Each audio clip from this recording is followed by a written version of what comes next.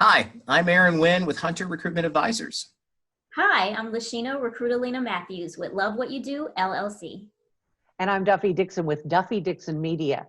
As someone who has been in front of the camera, I am working with two recruiters that you see in front of you because we're all navigating, as everyone is, this new world of video conferencing. So here are some tips and tricks that we've learned or we've mastered over these few weeks that we've all been doing this. Number one is what to wear when you're video conferencing. Now, I know we're all at home and we're all really comfortable. It is no longer appropriate to wear your pajama top, your t-shirt, or any other super comfy thing when you're on a conference call, because you'll notice people have stepped up their game. I don't think we can go back to being comfortable. And Aaron, I'm gonna have you go ahead and show me what you tried to wear one of our first meetings. What do you mean, Duffy? You don't like my looks like I'm a developer sweatshirt to cover over my t-shirt that I was wearing before that said "Go Chiefs." I mean, I thought originally this was good enough to kind of cover up anything that wouldn't be office attire, but you educated me a little bit better. That's right. That was your, remember you were like, oh, this is what I put on when it's a real meeting. And it was like this zipper up. Yeah. What did I call you? I called you bulky and frumpy. Frumpy. Yep. Were those the two words? Yeah. Yeah, that's what every guy wants to hear, that they're frumpy. So think bright colors. Try to stay away from big patterns or stripes. Try to stay away from all white because it washes you out. And I'd also say form fitting. Another big thing, and I don't know, Aaron will have you weigh in, but another big thing to talk about primarily for women is jewelry. So we're all using lights. A lot of us are using lights, right, to get more light on our face. So LaShena, show me. I asked you to go find some nice, annoying jewelry. Yes, so I'm a hand talker. So even though you may not be able to see this when I'm out of the picture, if I'm talking and I'm talking with my hands, you hear this? Very distracting. You don't want that to happen during your interview. You want to make sure that the focus is all on you and what you're saying so that you can be the competitive candidate. So I'm going to take these bracelets off now. So we don't hear them the rest of the interview. So another thing is, and this is something I think you do for all job interviews, is don't wear any jewelry that's distracting. That would be really large, really colorful, anything like she said that's going to make noise. The other thing to think about is reflection, right?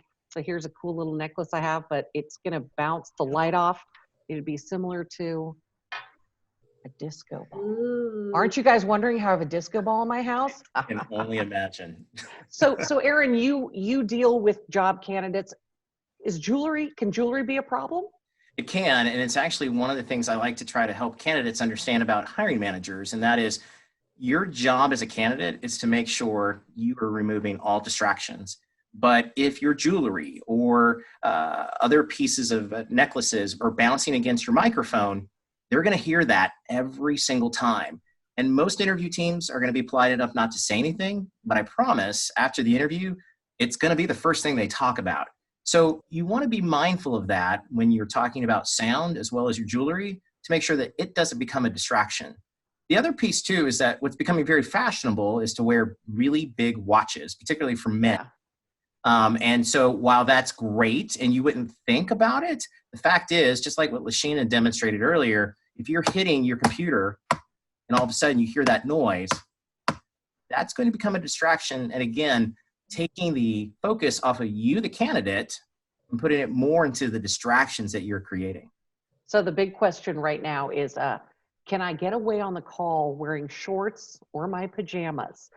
The answer is you probably could, but do you really want to chance it? I have a question for LaShena because you tell people how to do a successful interview. How should people, if they're doing a Zoom call or another app, dress for an interview with this technology? Make sure you are dressed from head to toe as if you were walking into a building to interview.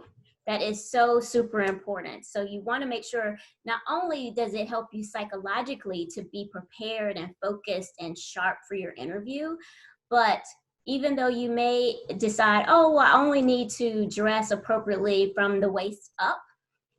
If something happens and you have to get up from that interview, you do not want to see that you have on your Snoopy underwear underneath. So make sure that is from head to toe. Aaron, Snoopy underwear, comment, suggestion? Just kidding. It's so true. And we've all seen the viral videos that are funny, but it's not funny. I mean, if you're going for a job interview, you know, or you're the executive, you lose some credibility. So yeah, when in doubt, wear pants. I think that should be a new motto for all of us.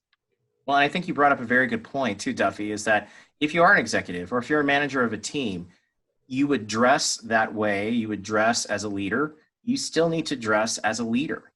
Just because you get to do it from your own home doesn't mean it's any less valuable. That's right. And I think in the beginning we could all get away with this because we're all learning, but you know, it's not cool. And now everyone's learning the technology, so you got to raise your game. So that's what we went over this week. I appreciate everyone listening. Clothing, jewelry, and wearing pants. Join us next time.